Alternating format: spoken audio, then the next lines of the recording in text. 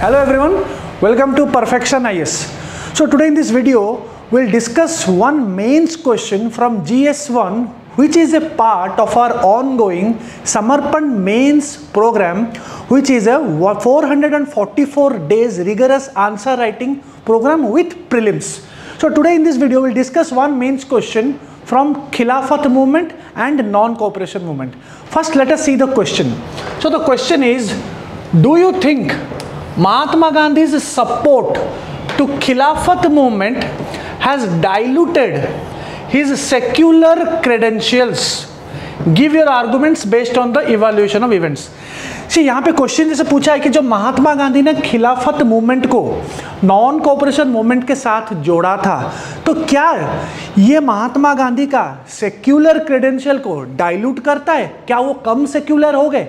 तो यहाँ पे हमको दो तरफा आंसर देना है कि हमको एक चीज ये दिखाना है कि हाँ, कहीं ना कहीं ये डाइल्यूट किया था और उसको हम जस्टिफाई करेंगे, बिकॉज मेंस आंसर में कोई भी चीज हम लिख रहे हैं, we have to justify through events और थ्रू सम फैक्ट्स. सेकेंडली, हमको ये भी लिखना है कि नहीं, ये उनके सेक्युलर क्रेडेंशियल्स को जस्टिफाई नहीं करता या फिर डाइल्यूट नहीं करता है. सो टू पार्ट्स देने के बाद in the conclusion will write जो कि हमारा खुद का ओपिनियन है. Now this kind of questions requires a personal opinion, खास करके GS1 हिस्ट्री में उतना क्वेश्चंस नहीं है जहां पे पर्सनल ओपिनियन की जरूरत है, because it is more of a factual question, और काफी सारे फैक्चुअल क्वेश्चंस भी आते हैं और history is a factual subject. But when it comes to this kind of question जो कि यूपीएससी में पूछते भी हैं, एनालिसिस क्वेश्चंस में दो तरफा आंसर देने के बाद we have to give a personal opinion which should look hopeful and also pragmatic. It should not look a negative thing. ठीक है, आंसर देखते हैं पहले. सो यहाँ पे जैसे कि मैंने आंसर एक रफ आंसर बनाया है जो कि 250 वर्ड्स में वेरी इजीली लिखा जा सकता है. In this kind of question, first of all in intro, so intro में हम बेसिक रखेंगे. हम बताएंगे कि what is non cooperation movement, खिलाफत मूवमेंट. ठीक है, 1920 में हुआ था, अंडर गांधी, महात्मा गांधी के अंडर हुआ था, और यहीं पर ही दोनों का ऑब्जेक्टिव्स लिख देंगे. जैसे कि नॉन कोऑपरेशन मूवमेंट का जो ऑब्जेक्टिव था, it was against the Britishers.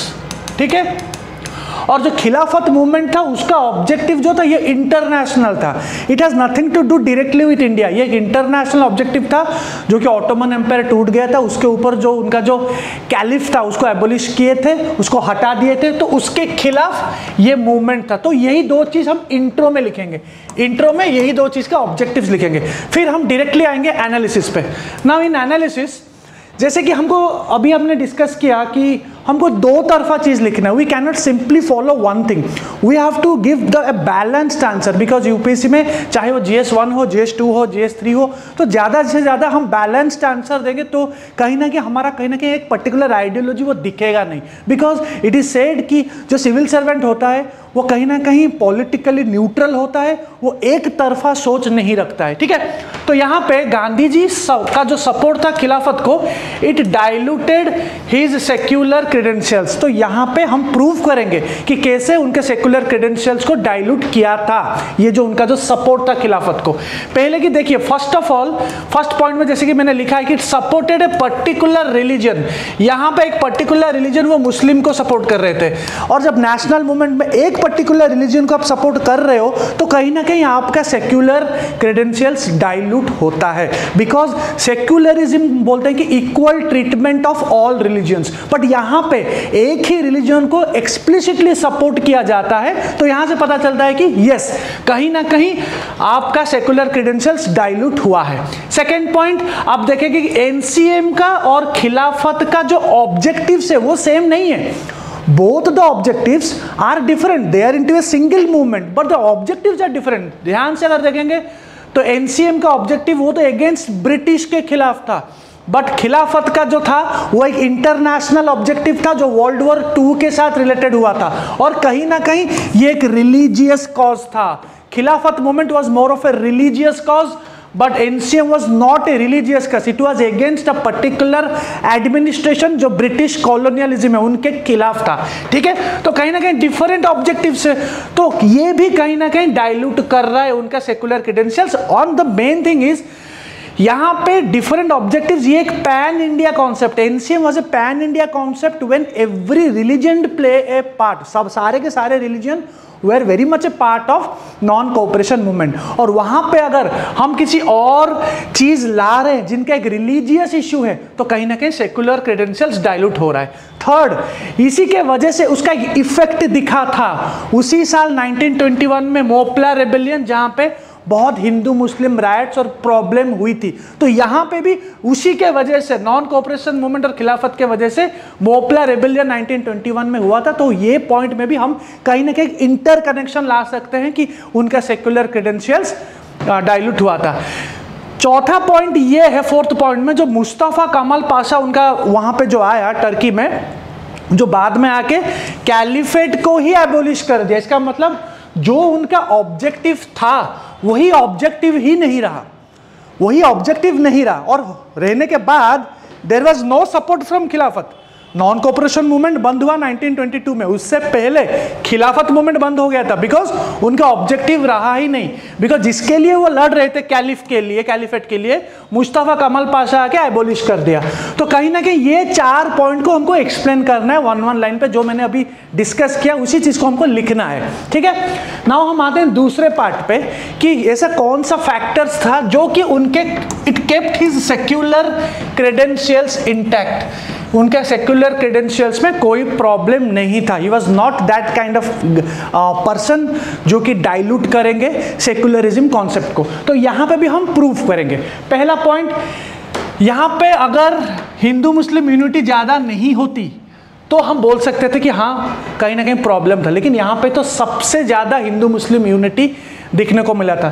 The highest level of Hindu Muslim unity was found in non cooperation movement. उसके बाद उस लेवल का हिंदू मुस्लिम यूनिटी शायद आज तक भी नहीं देखने को मिलता है, ठीक है। सेकेंड पॉइंट में मैं यहां लिखता हूं कि yes it was necessary, Hindu Muslim unity necessary था उस टाइम पे, इसीलिए बिकॉज कुछ साल पहले वो जो कम्युनलिज्म का जो सीड्स था वो हो चुका था। 1909 मोरले मिंटो रिफॉर्म्स जब आई थी वहां पे सेपरेट इलेक्टोरेट्स मिल चुका था, राइट। वहां पे सेपरेट इलेक्टोरेट्स मिल चुका था, किसको? मुस्लिम्स को मिल चुका था। कहीं ना कहीं मुस्लिम लीग बन चुकी थी 1906 में, और उसके बाद 1909 के बाद हिंदू महासभा भी आ गई थी। हिंदू महासभा भी आ गई थी। कब आई थी? 1915 में आई थी। बाई हुम? बाई मदन मोहन मालवीय ये लेके आए थे, जो कि हिंदू इंटरेस्ट के लिए ये एक ऑर्गेनाइजेशन था। तो कहीं ना कहीं कम्युनलिज्म का शुरुआत हो गया था। थोड़े टाइम के लिए बंद हुआ था, लखनऊ पैक्ट के वक्त बंद हुआ था, लेकिन कहीं ना कहीं गांधी जी ने एंटिसिपेट किया था आगे ये हो सकता है। तो इसीलिए उन्होंने क्या किया, हिंदू मुस्लिम्स को साथ लेके आए। तो इसमें कोई सेक्युलरिज्म डाइल्यूट नहीं होता है, वो साथ लेके आए because he had his own reasons which was quite correct also. Third point, Gandhi ji did not privilege any religion over non violence, not even Hinduism. ये सबसे बड़ा पॉइंट है। उनके फुल कैरियर में, उनके फुल लाइफ में ऐसा कभी वक्त नहीं आया जहां पे वो एक पर्टिकुलर रिलीजन को ज्यादा हाइप दे रहे हैं या फिर ज्यादा प्रमोट कर रहे हैं। He was a full supporter of non violence, he was full supporter of non violence, he was a man of religious tolerance, ठीक है। तो Gandhi ji did not privilege any religion over non violence and that too not even Hinduism. वो खुद हिंदू होके भी non violence के ऊपर कोई रिलीजन नहीं है गांधी जी के लिए। So it also proves that कि his secular credential were intact, वो फेल नहीं हुए थे, ठीक है। फिर फाइनल पॉइंट में, फोर्थ पॉइंट में हम लिखेंगे कि गांधी जी ने इसी मूवमेंट को एक एब्रप्ट एंड दिया था, चौरी चौरा इंसिडेंट। हम सबको पता है चौरी चौरा इंसिडेंट गांधी जी ने क्यों बंद किया था। उन्होंने बंद किया because of it went violent. Movement जब वायलेंट हो गया तो उन्होंने बंद करा because he always believed in non violence. Non violence उनके लिए सबसे ऊपर है। तो उसी पॉइंट को कनेक्ट करके मैं यहां पे बताऊंगा कि जो एब्रप्ट एंड हुआ था चौरी चौरा इंसिडेंट में, this clearly proves that the ideal of non violence was more important. Secularism ये सब चीजें से, रिलीजियन से वो बहुत ऊपर थे। तो जो आइडिया था इनका नॉन वायलेंस का, जो वो मतलब जो आइडियोलॉजी था, वो सोच रखते थे इसके ऊपर, वो उनके लिए सबसे ज्यादा था। तो यहाँ पे 4 पॉइंट में आई एम प्रूविंग कि ही सपोर्ट डाइल्यूटेड, यहां पे 4 पॉइंट में I am proving his support did not dilute. तो अभी ये तो मैंने दो तरफा चीज बताया। Now the point is we have to also come to a conclusion. हम यहां पे अगर आंसर को छोड़ देंगे तो इट मींस ये एक आधी अधूरी आंसर हो जाएगी। So we have to give a conclusion and we have to take a stand. This kind of question, see first of all, this kind of questions, when it is more of an analysis based, it is more of an analysis based question, it is not a direct question, it is more of an analysis based question जो कि UPSC में आजकल पूछते हैं, हर state exams में पूछते हैं। यहाँ पे एनालिसिस बेस्ड क्वेश्चन में आपको एक अपना पर्सनल ओपिनियन देने की जरूरत है, डिमांड है यहाँ पे। तो यहाँ पे जो मेरा पर्सनल ओपिनियन है, this is my personal opinion. See personal opinion vary कर सकता है, हर आदमी से कर सकता है, but yes I particularly think and I would suggest you also should write in this way. Why? Because your final conclusion should give a optimistic thing,